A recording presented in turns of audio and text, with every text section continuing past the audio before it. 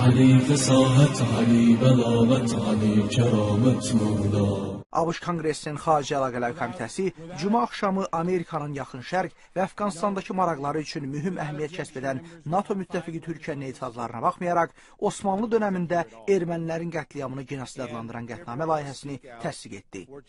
Səsvermənin ardınca Türkiyə dərhal Vaşinqtondakı səfərini məsləhətləşmələr üçün geri çağırdı. Komitə qətnaməni 23-22 səs nisbətində qəbul etdi.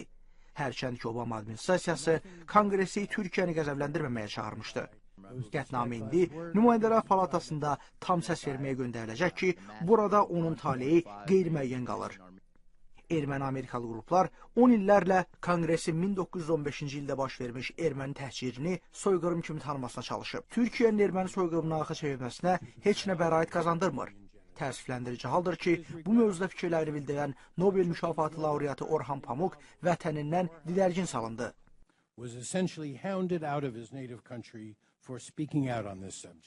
Konqres üzvü Gary Ackerman da oxşar sentimentlər səsləndirərək erməni genosidinin inkar edilməsini Holokostun inkarına bənzətdi. Mən uzun müddət o adamlar haqda fikirləşmişəm ki, onlar hələ də nasistlərin Holokostu törətməsini danırlar. Bir çoxlar deyir ki, əgər bu növ ifadələrin qarşısı alınmasa, onda belə hadisə yenidən baş verə bilər. Məni narahat edən də budur. Qətnamənin əsas sponsorlarından olan Kaliforniyalı konqresmen Brad Sherman, erməni genosidinin Fransa, Belçika kimi başqa qərb dövlətləri tərəfindən tanındığını, lakin bundan sonra onlarla Türkiyə arasındakı münasibətlərdə iqtisadi əməkdaşlığın daha da artdığını bildirdi. O, həbələ ABŞ-ın Türkiyəyə son əsr ərzində bir çox məsələlərdə əl tutduğunu vurğuladı. Bəzi konqres üzvləri isə qətnamənin lüzumsuz yerə Türkiyə ilə münasibətləri zədələyəcəyini söylədilər. Konqresmen Dan Burton. Bu, ABŞ-la Türkiyə arasında anlaşmaya xidmət göstərməyəcək. Biz sonuncu dəfə bunu edəndə Türk səfiri bir müddətə vətəninə getdi. İndi biz bunu qəbul etsək, bu Türkiyə ilə münasibətlərimizə xələl gətirəcək.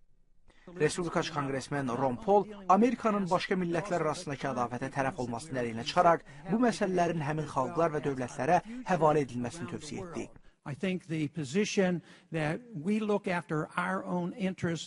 Zənnimcə bizim öz milli maraqlarımızdan çıxış edərək başqa dövlətlərin arasındakı ixtilaflara qatılmamağımız bizim öz maraqlarımıza daha yaxşı xidmət edərdi. Martın 25-də Vaşinqtonda ABŞ Konqresinin Dövlət, Xarici Əməliyyatlar və Əlaqədar Proqramlar Alt Komitəsində Konqres üzvü Kay Grangerin sədrliyi altında dinləmə keçirilib. Dinləmədə ABŞ-da fəaliyyət göstərən bir sıra müxtəlif təşkilatlar komitənin fəaliyyətləri barədə məlumatlandırıb və hesabatlarını təqdim ediblər.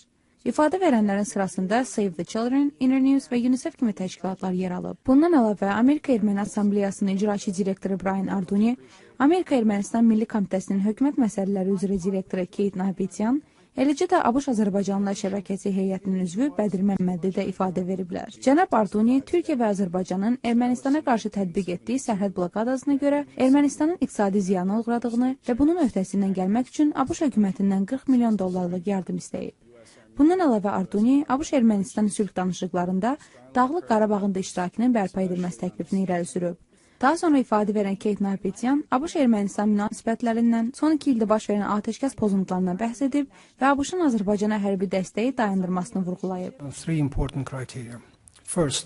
ABŞ-Azərbaycanlılar şəbəkəsi adından ifadə verən Bədir Məmmədli, xanım Grangeri ABŞ-ın Azərbaycan və Ermənistana ayırdığı yardımında balansızlıq və Dağlıq Qarabağ münaqişəsi barədə məlumatlandırıb. O həmçinin bildirib ki, ABŞ Ermənistana hərbi yardımı göndərməklə həm də Rusiyanın başçılıq etdiyi hərbi ittifaqa dəstək verir.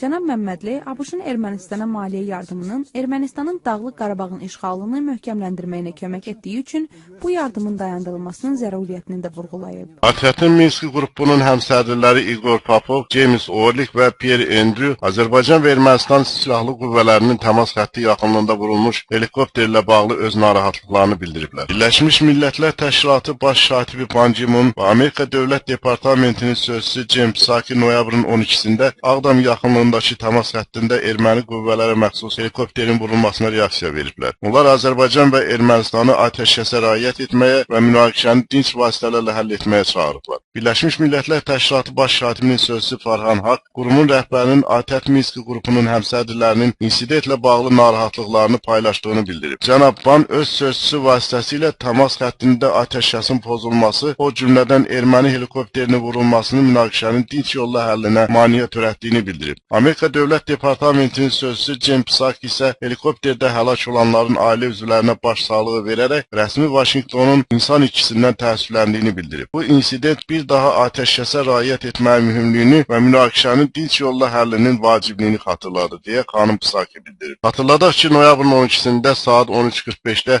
cəbhənin Ağdam rayonu Kəngərli kəndindən 1700 metr şimal-şərq istiqamətində Ermənistan silahlı qüvvələrinə məxsus Mi-24 tipli helikopter döyüş kursuna enərək mövqelərimizə hücum edib. Qoşunlarımız tərəfindən açılan cavab atəşi nəticəsində düşmən helikopteri məhv edilib. Amerika Dövlət Departamentinin nümayəndəsi Jen Psaki Azərbaycanlı girovlarla bağlı şərh verməkdən imtina edib. RIA Novosti xəbər agentliyinə istinadən məlumat verilir ki, tərəfləri danışıqların davam etdirilməsi üçün səylərin artırılmasına dəvət edən Psaki ona ünvanlanan bu suala cavab verməkdən yayınıb. Psaki Azərbaycanlı girovlar Dilqəm Əsgərov və Şahbaz Quliyevin Ermənistanda mühakimə edilməsinə münasibət bildirməkdən imtina edərək, onlarda bu iş haqqında konkret məlumatların olmadığını qeyd edib. Qeyd edək ki, dünən Parisdə Azərbaycan və Ermənistan prezidentləri Fransa prezidenti François Hollande'ın iştirakı ilə görüş keçirib. Görüşdə ATƏT-in Minski qrupunun həmsədrləri də iştirak ediblər.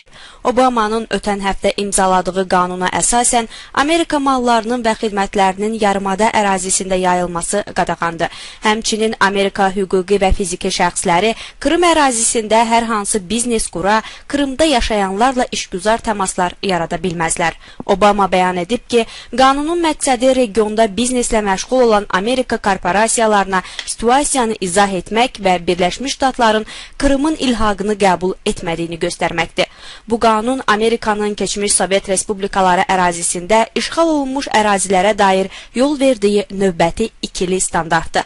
Belə ki, Amerika Krıma qarşı sərt iqtisadi sanksiyalar tətbiq etsə də, Ermənistanın işğalı altında olan Dağlıq Qarabağa 20 ildir heç bir iqtisadi məhdudiyyət tətbiq etməyib. Əksinə, Amerika hər il öz büdcəsindən Dağlıq Qarabağa ayrıca iqtisadi yardım da ayırır.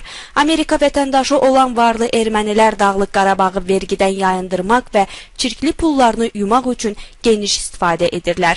Amerika şirkətlərinin Azərbaycanın işğal altındakı ərazilərində biznes fəaliyyətində də məhdudiyyət qoyulmur. Habelə Amerikalıların Dağlıq Qarabağa turist kimi gəlməsini məhdudlaşdıran qanun da mövcud deyil. Belə olan halda Azərbaycan Amerikanın siyasətinə niyə etibar etməlidir?